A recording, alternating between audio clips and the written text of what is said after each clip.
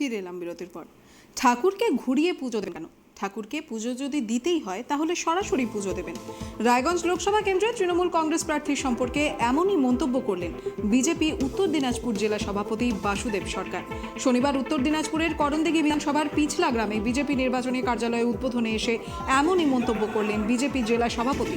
এদিকে বরযাত্রী আছে কিন্তু বর নেই, এমনটা বলেই কটাক্ষ করলেন তৃণমূল প্রার্থী কৃষ্ণ কল্যাণী।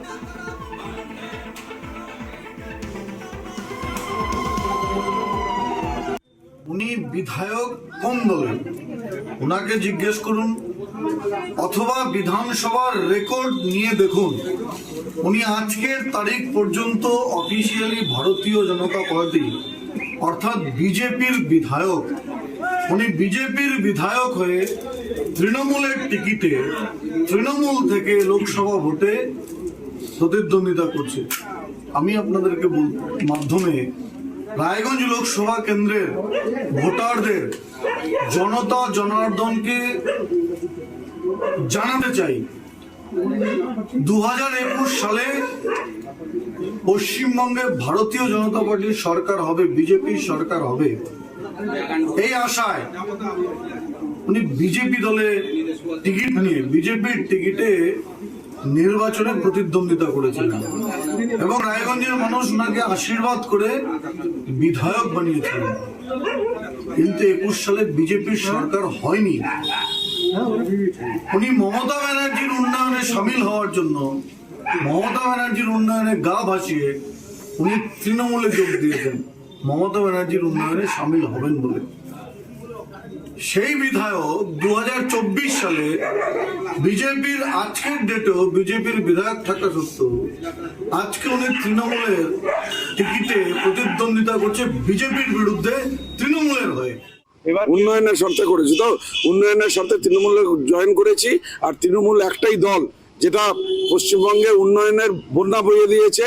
এবার আমরা দিল্লিতেও বন্যা বহাবো, পুরো ভারতবর্ষে বন্যা বহাবো। সেই জন্য মাননীয় আমাদের মমতা বন্দ্যোপাধ্যায় আছেন।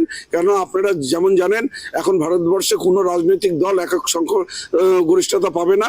সেই জন্য এবার একটা সার্কুলার ফ্রন্টের সরকার হবে। সেই ক্ষেত্রে পশ্চিমবঙ্গে সর্বোচ্চ সিট জিতে নিয়ে আমরা আমাদের মানবিক মুখ্যমন্ত্রী মাননীয় মমতা বন্দ্যোপাধ্যায়কে এবার প্রধানমন্ত্রী আমরা বানাবো। আর এই শপথ নিয়ে অঙ্গীকার নিয়ে আমরা 42টা সিটেই আসনে আমরা নিজের পূর্ণ শক্তির সাথে ঐক্যবদ্ধভাবে লড়ছি। আর তৃণমূল কংগ্রেসে মমতা বন্দ্যোপাধ্যায়, অভিষেক বন্দ্যোপাধ্যায় নেতৃত্বে তৃণমূল কংগ্রেস অনেক শক্তিশালী হয়েছে।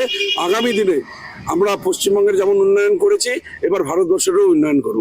আপনি যদি যেতেন তাহলে আবার উন্নয়নের সাথে আপনি বিজেপি। আরে ওনারা তো ভয় পেয়ে আছে, নিজেদের প্রার্থী দিতে পারে না, বরযাত্রী নিয়ে বরকে খোঁজার চেষ্টা করতেছে। আগে প্রার্থীটা ঠিক করতে বলুন। তৃণমূল কংগ্রেস আমি যতদিন বেঁচে আছি তৃণমূল কংগ্রেসে যাবো। কেন কৃষ্ণ কল্যাণকে দেখে ভয় লাগছে? আগে প্রার্থীটা ঠিক করুন। আপনারা প্রার্থীটা ঠিক করতে পারছেন না। এটা মানে উনি তো একটা অপদার্থ জেলা সভাপতি ছিলেন, সেই জন্য তো ছেড়ে দিয়ে চলে আসছিলাম। আজকে আমি মমতা বন্দ্যোপাধ্যায়, অভিষেক বন্দ্যোপাধ্যায় স্নেহ ধন্য, যতদিন বেঁচে আছি ততদিন তৃণমূল কংগ্রেসে আছি।